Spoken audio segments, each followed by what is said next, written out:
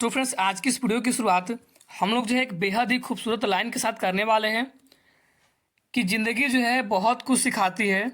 ज़िंदगी बहुत कुछ सिखाती है, कभी हंसाती है तो कभी रुलाती है, पर जो हर हाल में खुश रहते हैं ज़िंदगी उनके आगे सर झुकाती है। ज़िंदगी जो है वो उन्हीं के आगे सर झुकाती है। तो इसी खूबसूरत लाइन के साथ जो है हम लोग आज की प्रैक्टिस सेट को स्टार्ट करने वाले हैं। और आपको जो है ठान लेना है कि अब की बार डबल स्टार लेके ही रहना है, अब की बार डबल स्टार लेके ही रहना है। ये हम लोग का प्रैक्टिस सेट 2 है। अगर आपने इसका प्रैक्टिस सेट 1 नहीं रखा है तो आप अभी जाकर देख लीजिए, क्योंकि ये आपके एग्जाम में सारे प्रश्न जो है इन्हीं प्रैक्टिस सेट से रहने वाले हैं। और ये सारे प्रैक्टिस सेट आपके लिए बहुत ज़्यादा इंपॉर्टेंट है। और जो भी लोग चैनल पर नए होंगे तो आप जो है हमारे चैनल के साथ जुड़ जाइए। तो चलिए बढ़ते हैं अपने प्रैक्टिस सेट की ओर। तो फ्रेंड्स, पहला प्रश्न आप यहाँ से देख सकते हैं कि तृतीय बहुसंगीति का आयोजन किसकी अध्यक्षता में संपन्न हुआ था।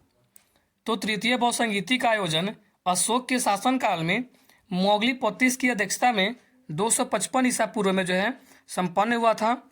यहाँ से जो है ऑप्शन नंबर सी आपका बिल्कुल ही करेक्ट आंसर हो जाएगा। मोगली पोतीस की अध्यक्षता में संपन्न हुआ था। आगे बढ़ते हैं अगले प्रश्न की ओर। सिकंदर के संबंध में कौन सा कथन सत्य है। सिकंदर के संबंध में कौन सा कथन सत्य है। तो पहला कथन आपका ये कहता है कि इसका जन्म 356 ईसा पूर्व में हुआ था। ये कथन आपका बिल्कुल ही सत्य कह रहा है। अगला है कि इन्होंने भारत विजय अभियान 326 ईसा पूर्व में प्रारंभ किया था। तो ये भी कथन आपका है बिल्कुल सही कह रहा है। सिकंदर की मृत्यु 323 ईसा पूर्व में बेबीलोन में हुआ था।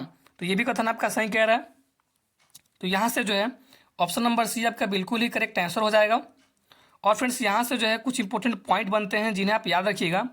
जैसे एग्जाम में पूछता है कि सिकंदर के जो है पिता का नाम, माता का नाम, तो पिता का नाम जो है फिलिप था और माता की नाम ओलंपिया थी। आप इसे याद रखिएगा।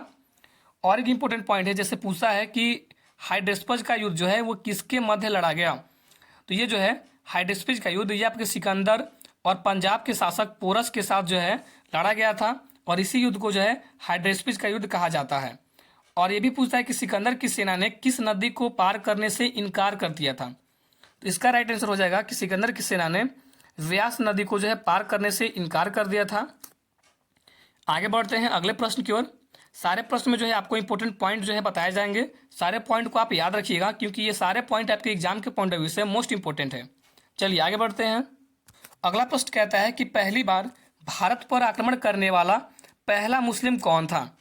पहली बार भारत पर आक्रमण करने वाला पहला मुस्लिम कौन था। तो मोहम्मद बिन कासिम, जिसने 1712 ईसा पूर्व में जो है 1712 ईसा में, ठीक है ना, 1712 जो है ईस्वी में क्या किया था, तो भारत पर जो है सबसे पहले आक्रमण किया था। और यह जो है आपका अरब आक्रमणकारी था। चलिए आगे बढ़ते हैं। इससे संबंधित कुछ पॉइंट है कि जैसे इसने जो है कठिन संघर्ष के बाद सिंध के शासक दाहिर को जो है पराजित करने में सफल हुआ और सिंध तथा मुल्तान को जो है जीत लिया था। इसकी जानकारी जो है वो आपके अरबों के द्वारा रचा गया एक पुस्तक है, ग्रंथ है, जिसे हम लोग जो है चचनामा बोलते हैं। वहाँ से जो है इसकी विजय की जानकारी मिलती है कि सिंध में जो है ये विजय हुआ था। तो इसकी जानकारी जो है आपके चचनामा एक पुस्तक की नाम है, जो कि अरबों के द्वारा लिखी गई है, वहीं से जो है जानकारी मिलती है। आप इसे याद रखिएगा। अगला प्रश्न कहता है कि निम्नलिखित में से कौन दिल्ली सल्तनत के इतिहास का लेखक नहीं था। दिल्ली सल्तनत के इतिहास का लेखक नहीं था। तो यहाँ पे जो है अब्बास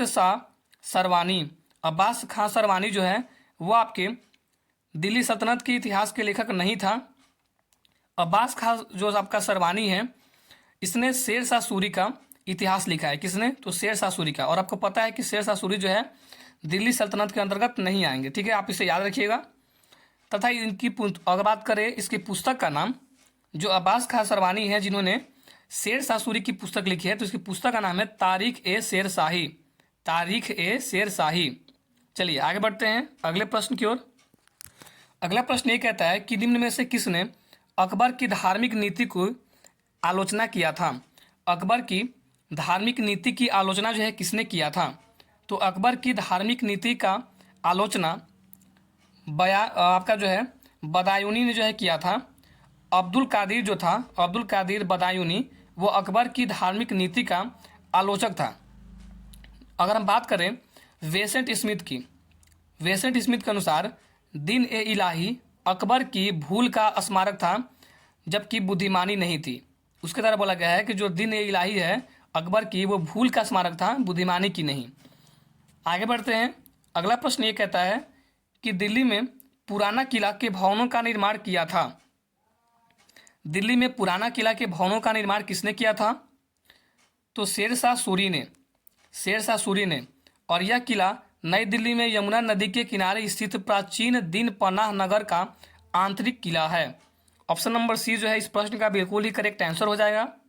आगे बढ़ते हैं। अगला प्रश्न कहता है कि ब्रिटिश शासन को भारत से उखाड़ फेंकने के लिए इनमें से किसने फ्रांसीसियों से मदद मांगी थी? ब्रिटिश शासन को भारत से उखाड़ फेंकने के लिए टीपू सुल्तान ने जो है फ्रांसीसियों से मदद मांगी थी।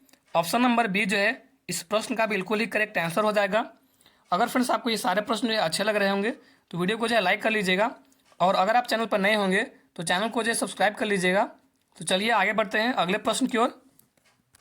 अगला प्रश्न कहता है कि असहयोग आंदोलन किस वर्ष प्रारंभ हुआ? असहयोग आंदोलन की शुरुआत गांधी जी के द्वारा 1 अगस्त 1920 को जो है हुआ था। 1 अगस्त 1920 को हुआ था।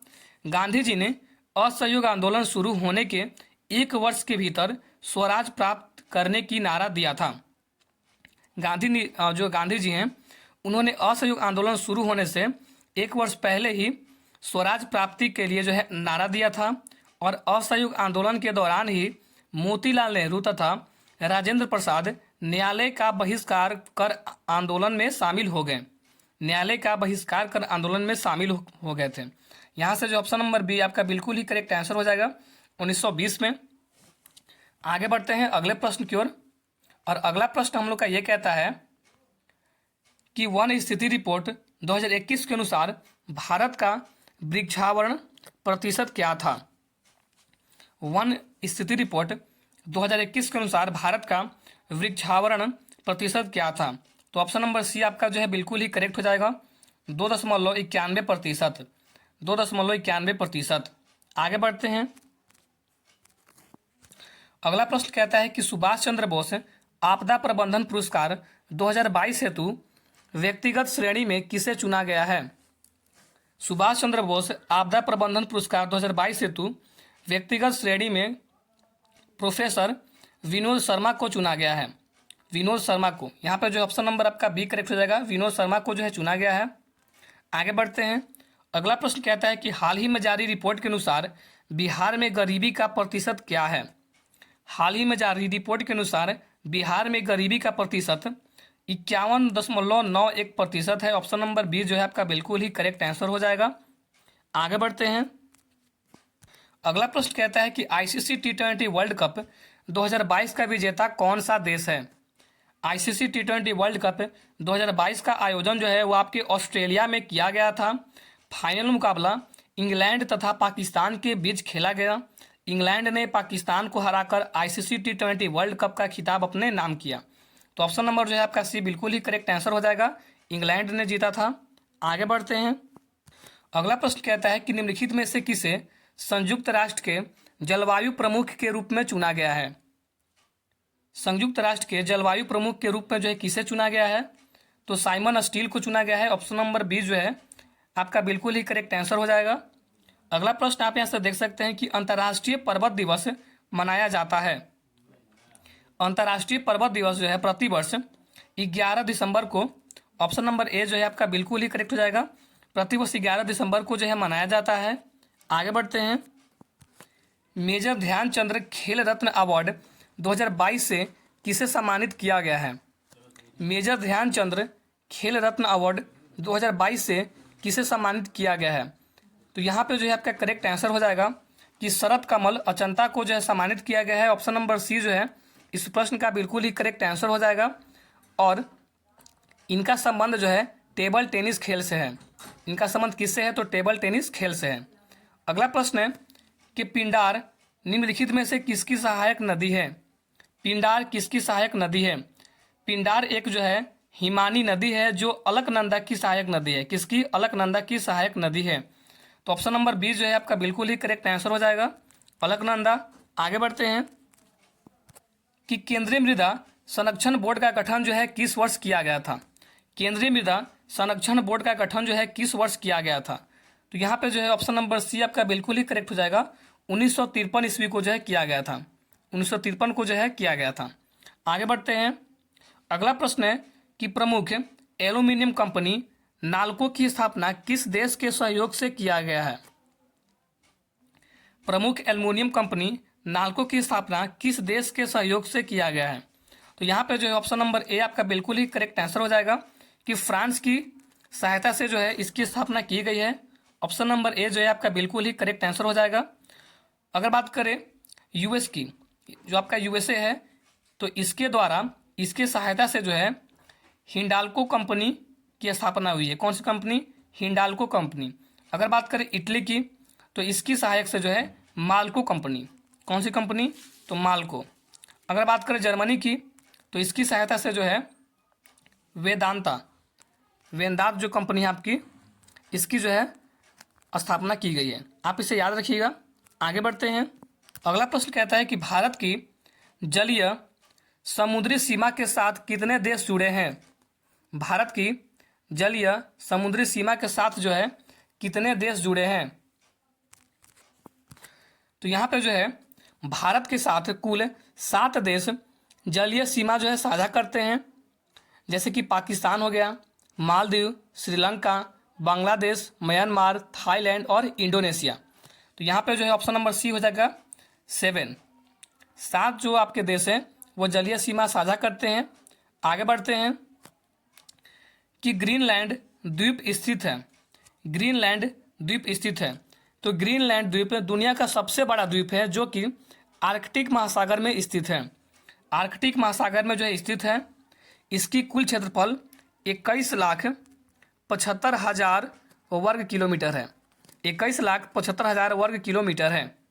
ऑप्शन नंबर सी जो है आपका बिल्कुल ही करेक्ट आंसर हो जाएगा। अगर बात करें तो हिंद महासागर में जो है आपके 2 द्वीप अवस्थित हैं। एक है आपका मेडागास्कर और बोनियोर। और अगर बात करें प्रशांत महासागर में, तो प्रशांत महासागर में जो है न्यू गिन्नी है वो आपका प्रशांत महासागर में स्थित है। आगे बढ़ते हैं। शिमला, मंसूरी, मनाली आदि जो है किस हिमालय का भाग है। शिमला, मंसूरी, मनाली जो है वो किस हिमालय का भाग है। तो लघु हिमालय का भाग है। ऑप्शन नंबर सी जो है बिल्कुल ही करेक्ट आंसर हो जाएगा। आगे बढ़ते हैं कि भारत तथा म्यांमार को कौन सा दर्रा जोड़ता है। भारत तथा म्यांमार को जो है आपका तुजु दर्रा है, तुजु दर्रा। ऑप्शन नंबर ए जो है आपका बिल्कुल ही करेक्ट आंसर हो जाएगा कि तुजु दर्रा जो है वो भारत तथा म्यांमार को जोड़ता है। अगर बात करें बुर्जिल दर्रा के बारे में, तो जो आपका बुर्जिल दर्रा है वो श्रीनगर तथा गिलगित को जो है जोड़ता है। अगर बात करें शिपकिला दर्रा जो है वो आपके शिमला एवं तिब्बत को जोड़ता है। शिमला एवं तिब्बत को जोड़ता है। आगे बढ़ते हैं। कारापोशी पर्वत कहाँ स्थित है। कारापोशी पर्वत जो है कहाँ स्थित है। तो कारापोशी पर्वत पाकिस्तान में स्थित है। इसकी ऊंचाई 7,788 मीटर है।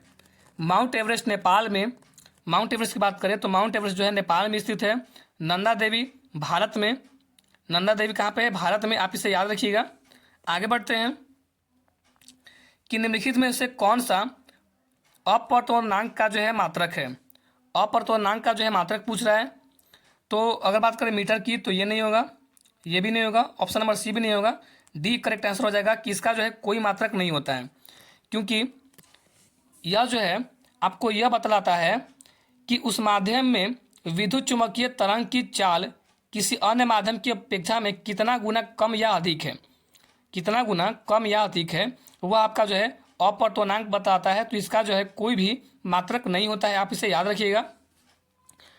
यह जो है किसी माध्यम का अपवर्तनांक की संख्या को जो है बतलाता है। आगे बढ़ते हैं। अगला प्रश्न कहता है कि वोल्ट मीटर का उपयोग किसके मापन में किया जाता है। वोल्ट मीटर का उपयोग विभवांतर के मापन में किया जाता है। ऑप्शन नंबर सी जो है आपका बिल्कुल ही करेक्ट आंसर हो जाएगा। और वोल्ट मीटर का आविष्कार जो है वो आपके हैंस ऑरेस्टड ने 1819 में हैंस ऑरेस्टड ने 1819 ईस्वी में किया था। अगला प्रश्न आप यहाँ से देख सकते हैं। अगला प्रश्न हम लोग का ये कहता है कि किसी गतिशील वस्तु की गतिज ऊर्जा काइनेटिक एनर्जी किस पर निर्भर करती है। तो वो जो है आपके द्रव्यमान और वेग पर जो है निर्भर करती है। ऑप्शन नंबर ए जो है आपका बिल्कुल ही करेक्ट आंसर हो जाएगा। आगे बढ़ते हैं। अगला प्रश्न हम लोग का ये कहता है कि न्यूटन के गति के प्रथम नियम को अन्य किस नाम से जाना जाता है।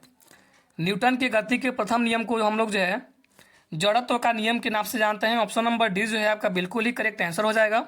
अगर बात करें द्वितीय नियम की, इसे जो है संवेग का नियम के नाम से जानते हैं। अगर बात करें तृतीय नियम की, इसे जो है क्रिया प्रतिक्रिया के नियम के नाम से जानते हैं। आगे बढ़ते हैं। और आपको ये बात पता ही होगा कि न्यूटन साहब ने जो है 3 नियम दिए थे, गति के जो है 3 नियम दिए थे। आगे बढ़ते हैं।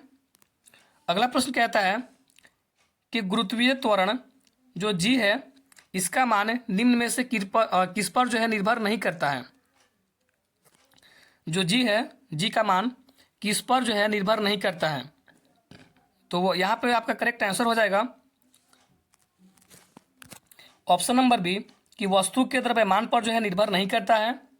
ऑप्शन नंबर बी जो है आपका बिल्कुल ही करेक्ट आंसर हो जाएगा। आगे बढ़ते हैं। अगला प्रश्न कहता है कि यदि एक तरंग यानी कि वेव की आवृत्ति यानी कि फ्रिक्वेंसी बढ़ती है तो इसकी तरंग दैर्घ्य जो है यानी कि वेवलेंथ पर क्या प्रभाव पड़ता है। यदि किसी वेव की फ्रिक्वेंसी बढ़ती है तो इसकी वेवलेंथ पर क्या प्रभाव पड़ता है। तो वो जो है आपकी घटती है। ऑप्शन नंबर बी जो है आपका बिल्कुल ही करेक्ट आंसर हो जाएगा, घटती है। अगला प्रश्न है कि किसी दर्पण में वक्रता की फोकस दूरी तथा त्रिज्या के बीच क्या संबंध होता है। तो R बराबर 2F होता है। ऑप्शन नंबर की बात करें तो आपका बी बिल्कुल ही करेक्ट आंसर हो जाएगा। आगे बढ़ते हैं। अगला प्रश्न है कि किसी माध्यम में प्रकाश किरणों के झुकाव को क्या कहा जाता है। किसी माध्यम में प्रकाश किरणों की झुकाव को जो है हम लोग अपरिवर्तन कहते हैं। ऑप्शन नंबर सी जो है आपका बिल्कुल ही करेक्ट आंसर हो जाएगा, अपरिवर्तन। अगला प्रश्न है कि प्रतिरोधकता के व्युत्क्रम को क्या कहा जाता है। प्रतिरोधकता के व्युत्क्रम को क्या कहा जाता है। तो यहाँ पे जो ऑप्शन नंबर ए आपका बिल्कुल ही करेक्ट आंसर हो जाएगा, चालकता कहते हैं। आगे बढ़ते हैं। किसी वैज्ञानिक ने यह सुझाव दिया था कि तत्व के प्रतीक को तत्व के नाम से 1 या 2 अक्षरों से बनाया जा सकता है। किस वैज्ञानिक ने जो है यह सुझाव दिया था। तो बर्जीलियस। ऑप्शन नंबर ए जो है आपका बिल्कुल ही करेक्ट आंसर हो जाएगा। जो बर्जीलियस थे इन्होंने जो है सुझाव दिया था। आगे बढ़ते हैं।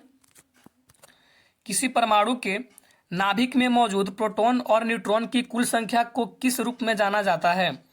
किसी परमाणु के नाभिक में मौजूद प्रोटॉन और न्यूट्रॉन की कुल संख्या को जो है हम लोग द्रव्यमान संख्या के नाम से जानते हैं। ऑप्शन नंबर सी जो है आपका बिल्कुल ही करेक्ट आंसर हो जाएगा। अगला प्रश्न है कि ग्रेफाइट परमाणु में संयोजी इलेक्ट्रॉन, जो ग्रेफाइट है तो ग्रेफाइट परमाणु में संयोजी इलेक्ट्रॉन की संख्या कितनी होती है। तो यहाँ पे जो है 4 होती है। ऑप्शन नंबर सी आपका बिल्कुल ही करेक्ट हो जाएगा। आगे बढ़ते हैं। विसरण के संबंध में निम्नलिखित में से कौन सा कथन सत्य नहीं है। तो पहला बोल है कि गैसों में विसरण की दर उनके आयतन पर निर्भर करती है। ये कथन जो है आपका बिल्कुल ही गलत कह रहा है। अगला है कि विसरण में कण उच्च सांद्रता से निम्न सांद्रता की ओर गति करते हैं। ये आपका सही कह रहा है। गैसों के विवरण की दर ठोस और द्रव की तुलना में अधिक होती है। ये भी कथन आपका सही कह रहा है। विसरण केवल तभी संभव है जब पदार्थ के कण लगातार गतिमान अवस्था में हो। ये भी कथन आपका सही कह रहा है।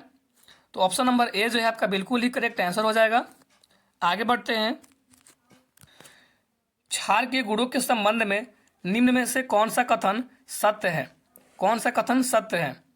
तो आपको पता होगा कि क्षार जो है वह लाल लिटमस को नीला में बदल देता है।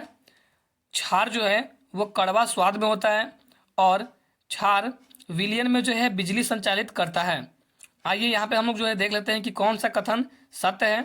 तो यहाँ पे जो है ऑप्शन नंबर डी आपका करेक्ट हो जाएगा कि सभी कथन सत्य हैं। आगे बढ़ते हैं अगले प्रश्न की ओर। अगला प्रश्न कहता है कि आधुनिक आवर्त सारणी में बोई और स्थित एकमात्र गैस अधातु कौन सी है। आधुनिक आवर्त सारणी में बाईं ओर स्थित एकमात्र गैस अधातु जो है कौन सी है, आपसे पूछा जा रहा है। तो वो जो है आपकी हाइड्रोजन है। ऑप्शन नंबर बी जो है आपका बिल्कुल ही करेक्ट आंसर हो जाएगा, जो कि जो है आवर्त सारणी में दाईं ओर नहीं होती है बल्कि ये बाईं ओर होती है, परंतु ये गैस भी है। आगे बढ़ते हैं। इनमें से किसका उपयोग जल की स्थायी कठोरता को दूर करने के लिए किया जाता है? किसका उपयोग जल की कठोरता को जो है दूर करने के लिए किया जाता है? तो धोवन सोडा का। ऑप्शन नंबर डी आपका बिल्कुल ही करेक्ट आंसर हो जाएगा। आगे बढ़ते हैं। निम्नलिखित में से किसे पानी में घोलने पर जिप्सम में परिवर्तित हो जाता है? किसे जो है पानी में घोलने पर जिप्सम में परिवर्तित हो जाता है? तो calcium sulphate hemihydrate. Option number C जो है आपका बिल्कुल ही करेक्ट आंसर हो जाएगा।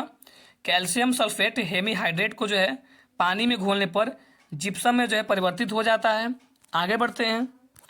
स्टेनलेस स्टील बनाने के लिए निम्नलिखित में से किस धातु को क्रोमियम के साथ मिलाया जाता है? तो निकेल और लोहा को जो है क्रोमियम के साथ मिलाया जाता है। ऑप्शन नंबर ए जो है आपका बिल्कुल ही करेक्ट आंसर हो जाएगा।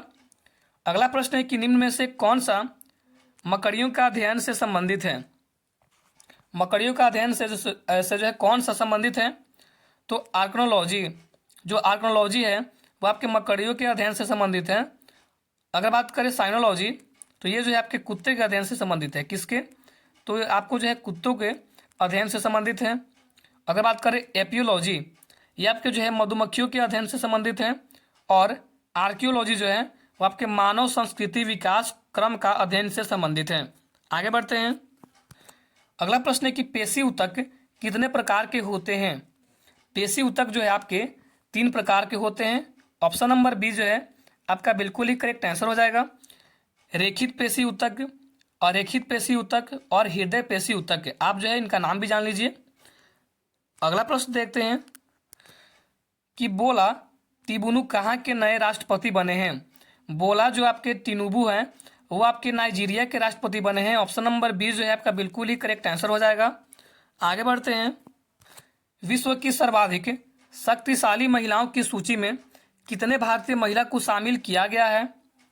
तो विश्व की सर्वाधिक महिलाओं की सूची में टोटल जो है पूरा विश्व की 100 महिलाओं को शामिल किया गया है, जिसमें से 6 महिला जो है वो आपके भारतीय हैं। कितने हैं? तो जो 6 महिलाएं वो भारतीय हैं, जिसमें से अगर आप नाम जानना चाहते हैं तो उनका नाम है निर्मला सीतारमण, रोशनी नाडर, किरण मजूमदार और फागुनी नायर, माधवी पुरी तथा सोमा मंडल शामिल हैं। तो यहाँ पर जो ऑप्शन नंबर सी आपका करेक्ट हो जाएगा। आगे बढ़ते हैं कि हाल ही में वाई के अलद का निधन हो गया, इनका संबंध किस क्षेत्र से है? इनका संबंध जो है अर्थशास्त्री से है। ऑप्शन नंबर ए जो है आपका बिल्कुल ही करेक्ट आंसर हो जाएगा। आगे बढ़ते हैं कि एक प्रभावी कोरियोलिस बल जो है वह किस कारण होता है? एक प्रभावी कोरियोलिस जो बल है वो आपके पृथ्वी के घूर्णन के कारण होता है। ऑप्शन नंबर सी जो है आपका बिल्कुल ही करेक्ट आंसर हो जाएगा। आगे बढ़ते हैं कि सारगैसो सागर स्थित है। सारगैसो सागर जो है स्थित है कहाँ पे? तो यह जो है आपके उत्तरी अटलांटिक महासागर में स्थित है। ऑप्शन नंबर सी जो है आपका बिल्कुल ही करेक्ट आंसर हो जाएगा। आगे बढ़ते हैं। विश्व का सबसे ऊंचा ज्वालामुखी है। विश्व का सबसे ऊंचा ज्वालामुखी आपका जो है कोटोपैक्सी है। ऑप्शन नंबर ए जो है आपका बिल्कुल ही करेक्ट आंसर हो जाएगा। आगे बढ़ते हैं कि किन क्षेत्रों में मृदा रक्षण एक बड़ी समस्या है? किन क्षेत्रों में जो मृदा रक्षण है वो आपकी एक बड़ी समस्या है? ऑप्शन नंबर जो है आपका सी करेक्ट हो जाएगा कि उष्णकटिबंधीय वन प्रदेशों में मृदा क्षरण जो है वो एक बड़ी समस्या है। ऑप्शन नंबर सी जो है आपका बिल्कुल ही करेक्ट आंसर हो जाएगा। तो फ्रेंड्स यहीं पर वीडियो एंड होती है, तो मिलते हैं नेक्स्ट वीडियो में। और आपके लिए जो है कुछ होमवर्क भी दिया है हमने, जैसे कि यहाँ पे क्वेश्चन नंबर जो आपके 51 और 52 है, तो इसका जो है क्या आंसर होगा, करेक्ट आंसर आप जो है कमेंट में बताइएगा। और अगर आप जो है पूरे प्रैक्टिस सेट में 50 क्वेश्चन में से अगर आप जो है 40+ क्वेश्चन स्कोर करते हैं तो आपकी तैयारी जो है अच्छी खासी है। और आपने कितना स्कोर किया आप जो है एक बार कमेंट जरूर बताइएगा। तो चलिए मिलते हैं नेक्स्ट वीडियो में, तब तक के लिए धन्यवाद।